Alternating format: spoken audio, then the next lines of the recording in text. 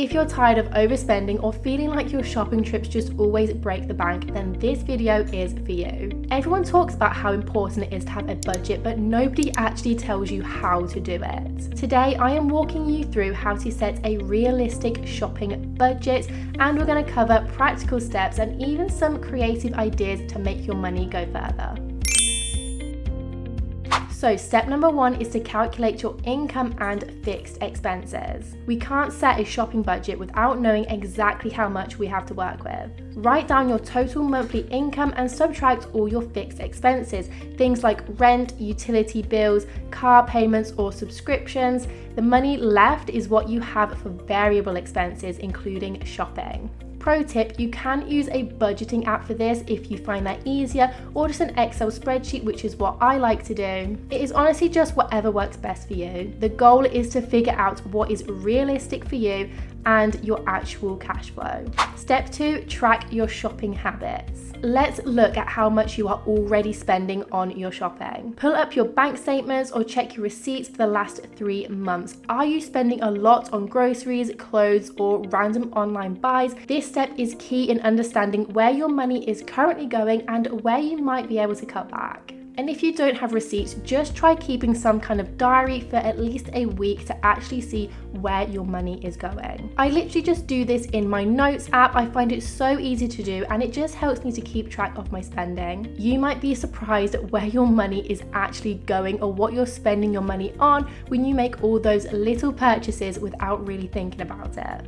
Step 3 is to prioritize needs over wants. This is where we get really honest with ourselves. Ask yourself, do I need this or do I just want it? Groceries are non-negotiable. We all have to eat, but do you really need another pair of shoes? To make this easier, create a must-have list versus a nice-to-have list before you shop. This simple trick can really save you hundreds over time. It also makes you more mindful of what to spend your money on.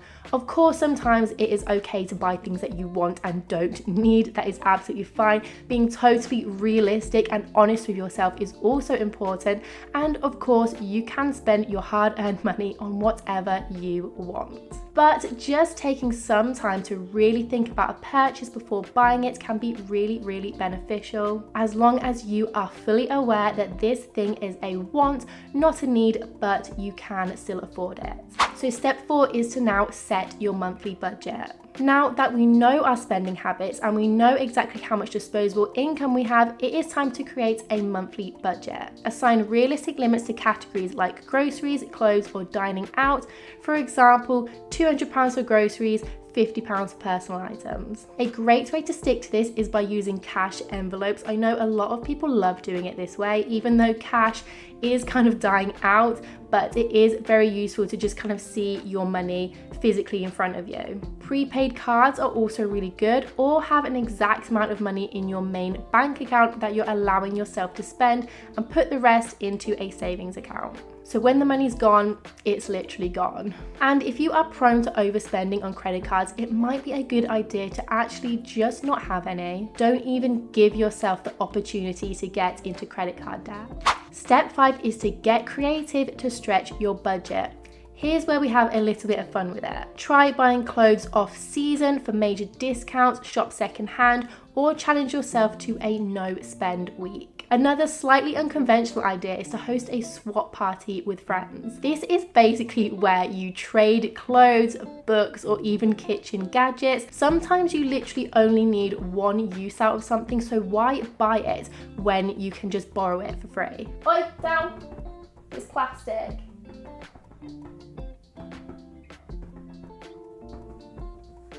Honestly, those plants are plastic.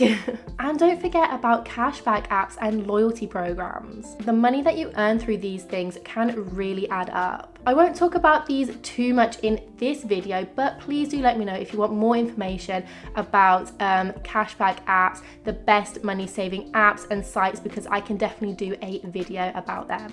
Step number 6, monitor and adjust your budget monthly.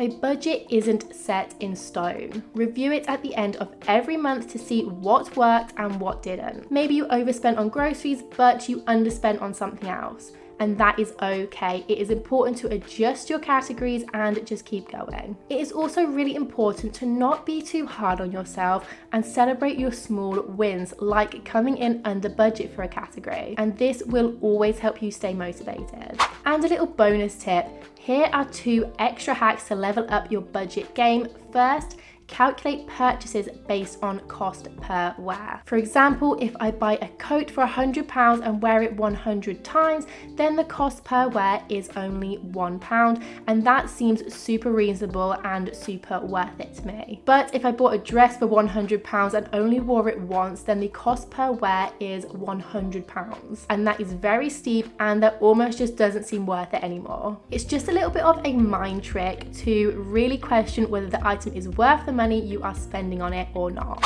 And the second little hack is to implement the 72-hour rule. And this is mainly for non-essentials. So if you see something you want, put it on a wish list, whether that's physically or it could just be in your head, and just leave it. If you still want it after 72 hours, then you can buy it. This really stops impulse spending in its tracks and makes you question if you actually need this item in your life or if it was just an impulse in the moment. And that's it for today's video. Please leave me a comment and let me know what videos you want to see. Like this video and subscribe for more shopping and money saving content.